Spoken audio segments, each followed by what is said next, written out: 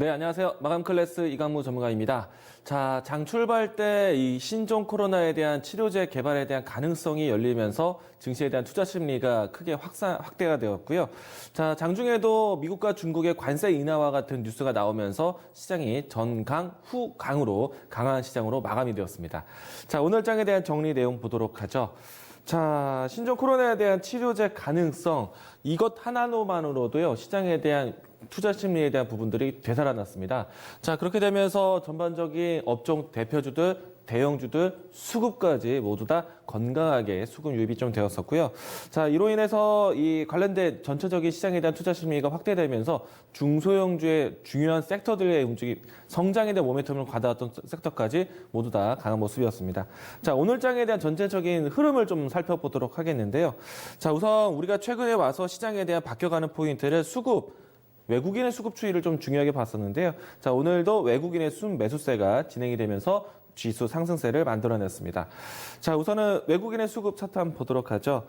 자, 어제와 그제 중국 증시가 개장하고 난 다음에 이 시장에 대한 변수가 역할이 되었었지만은 외국인의 수급이 들어오면서 시장을 좀 안전하게 만들어냈습니다. 자, 그리고 이번 주 주중 동안에 대형주에 대한 이 수급 유입이 오늘까지 이어지면서 그동안 소외되었던 업종들까지 오름세를 보였었는데요. 자, 우선은 지수 차트를 먼저 보도록 하죠. 자, 지수 차트를 보시게 되면은 이 최근에 어제 2150포인트 지지에 대한 부분들이 상당히 이 지지가 상당히 의미가 있었다라고 말씀드렸었고요. 그리고 난 다음에 오늘장 큰 추세의 모습 그려줬는데요. 자, 우선은 이제 분봉사의 모습을 보시게 되면은 오늘 오전장까지의 추세 그림은 코로나 이 치료제 백신 개발에 대한 기대감이 나오면서 진행이 되었고요. 그리고 추가적인 오후장에 대한 상승은요. 미국과 중국의 관세 인하에 대한 내용들이 전해지면서 추가적인 강한 시장을 만들어냈습니다. 자, 오전장과 오후장을 좀 나뉘어서 이 시장의 강한 섹터들을 좀 구분할 수 있겠는데요.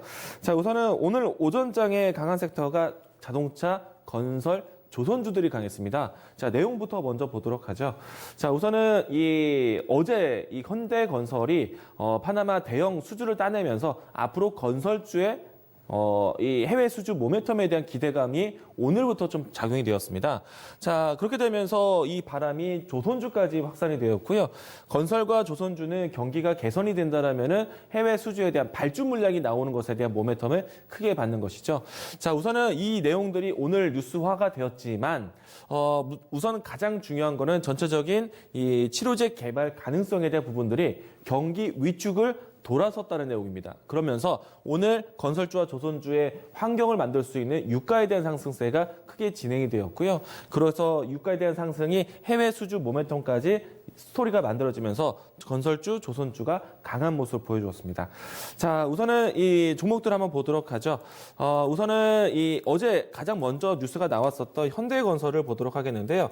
자, 제가 어제 마감 클래스에서도 이야기 드렸었습니다. 자, 어제 현대건설의 마감은 음봉이 연출되면서 뭐 큰 폭의 상승세는 나오진 않았지만은 뉴스 자체가 좋은 의미를 가지고 있다. 이 시장에 대한 이 유가에 대한 브레이크가 나오고 유가에 대한 상승이 나왔을 때 이 해외 수주 발주에 대한 모멘텀을 받아올 수 있는 내용이다. 특히나 현대건설 같은 경우에는 파나마 그리고 중동의 대형 프로젝트를 따냈기 때문에 앞으로 시장 경기에 대한 개선이 나타난다라면은 시장의 움직임들 강할 것이다 이야기 들었었는데요. 자, 오늘 5% 이상의 상승 마감을 했습니다. 대표적인 건설주들이 모두 다 강했었는데요. 자, GS건설도 오늘 바닥권에서 큰 폭의 반등세가 연출되었고요.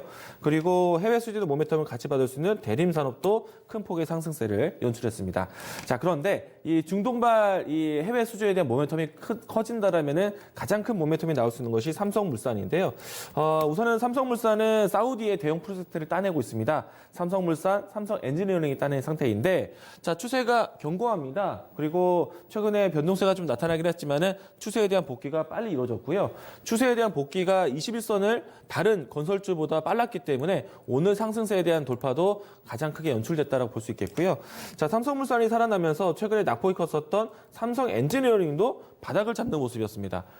삼성엔지니어링은 단기 하락이 좀 크게 진행되었지만은 다른 건설사들 대비해서 올해 이 연초의 상승세가 좀 상당히 좋았었고요. 다만 이제 시장에 대한 브레이크가 연출되면서 반등이 이제 하락이 나타나면서 이제 브레이크를 잡는 것이 중요한데요. 자, 이번에 17,000원대를 복귀하게 되면은 장기 이평선에 대한 회복이 나타나면서 하단에서부터 이뤄질 수 있는 골든 크로스에 대한 부분들 기대하셔서 좋을 것 같습니다. 자, 만약에 이 삼성물산이 계속 신고가 연출하고 삼성 엔지니어링까지 흐름이 연출된다면요. 그동안에 이루어졌던 박스권, 2년간 이루어졌던 박스권이 올해에는 돌파 가능성을 키울 수 있다라는 것 기대해 보도록 하겠습니다. 지금은 이제 브레이크를 완벽하게 잡았기 때문에요. 하단에 있는 16,000원 이탈보다는요. 지금 현재 17,000원 선에서 브레이크 잡고 반등에 대한 추세 보시면 좋을 것 같습니다. 다른 종목들이 상당히 낮은 위치에서 저가 매수세를 보고 있지만은 이와 같이 삼성 엔지니어링 박스권에 대한 자리를 단단하게 잡았기 때문에 이 종목을 좀 더 잡아서 신고가에 대한 패턴을 보시는 것이 좀 더 수익에 유리할 것 같습니다. 자, 그리고 조선주도 보도록 하겠는데요. 자, 대우조선해양 보도록 하겠습니다. 자, 대우조선해양이 오늘 7%대 강한 반등을 보였고요. 그리고 한국조선해양 이와 같은 종목들도 오늘 강한 모습 보여줬습니다. 자, 12%대 강했는데요. 사실 낙폭이 컸었죠. 많은 업종군들이 낙폭이 나왔습니다. 자, 그리고 반등을 했을 때 반등에 대한 크기가 크기가 크게 나오는 종목들이 바닥 확인에 대해서 좀 더 큰 이 저가 매수세를 경험할 수 있겠는데요.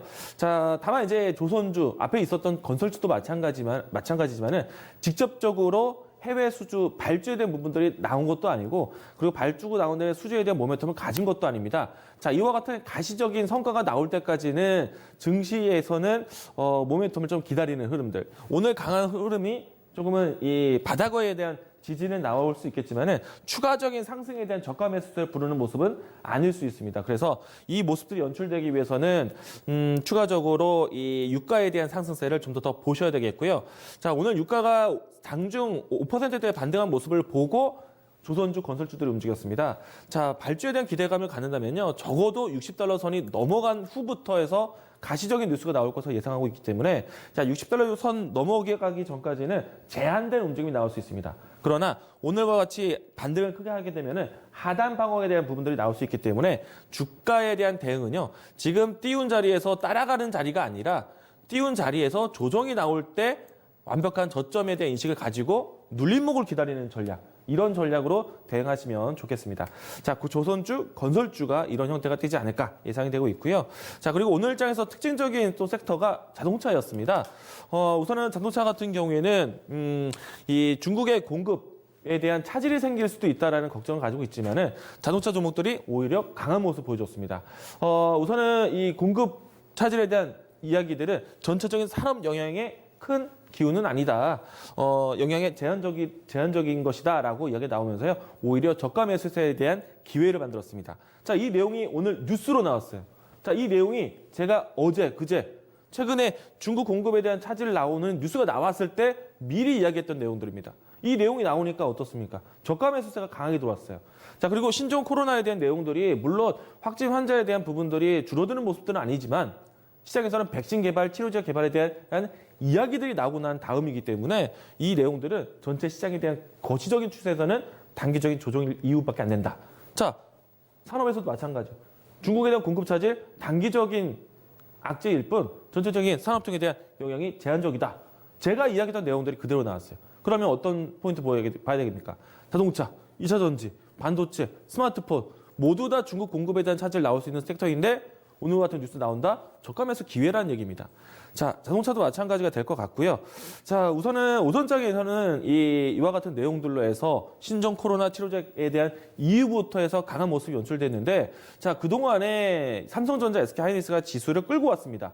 그리고 오늘 장 초반 오전장까지만 해도 어제 회복했던 21선에 대한 지지 테스트도 나오고 다음인 뒤에서 밀어줄 수 있는 조선주와 건설주, 자동차 종목들이 올라가는 형태가 밀어주는 형태가 진행이 되었어요. 그런데 오후장에 중국이 미국에 대한 대관세를 절반으로 낮추겠다는 뉴스가 나오면서 증시의 추가적인 모멘텀이 커졌었는데요. 자, 그 모멘텀이 삼성전자, SK하이닉스 주도로 올라왔습니다. 자, 삼성전자하고 SK하이닉스 보도록 할게요.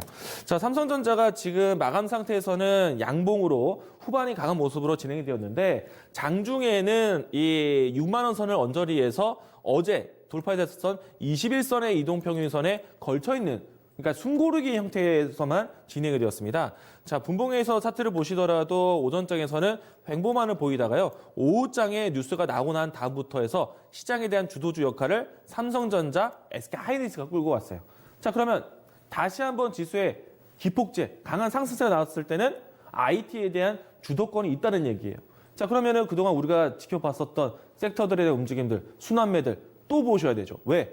먼저 삼성전자, SK하이닉스를 담고 대형주로 가고 지수를 방어한 다음에 지수를 분위기가 확산되었을 때 중소형주에 대한 종목들, 업종 섹터에 대한 낙수 효과가 나올 수 있습니다. 그러면 여러분들 보셔야 되는 반도체, 디스플레이, 5G, 스마트폰, 제가 강조드렸던 IT 섹터에 대한 키워드들 여러분들이 같이 보셔야 됩니다.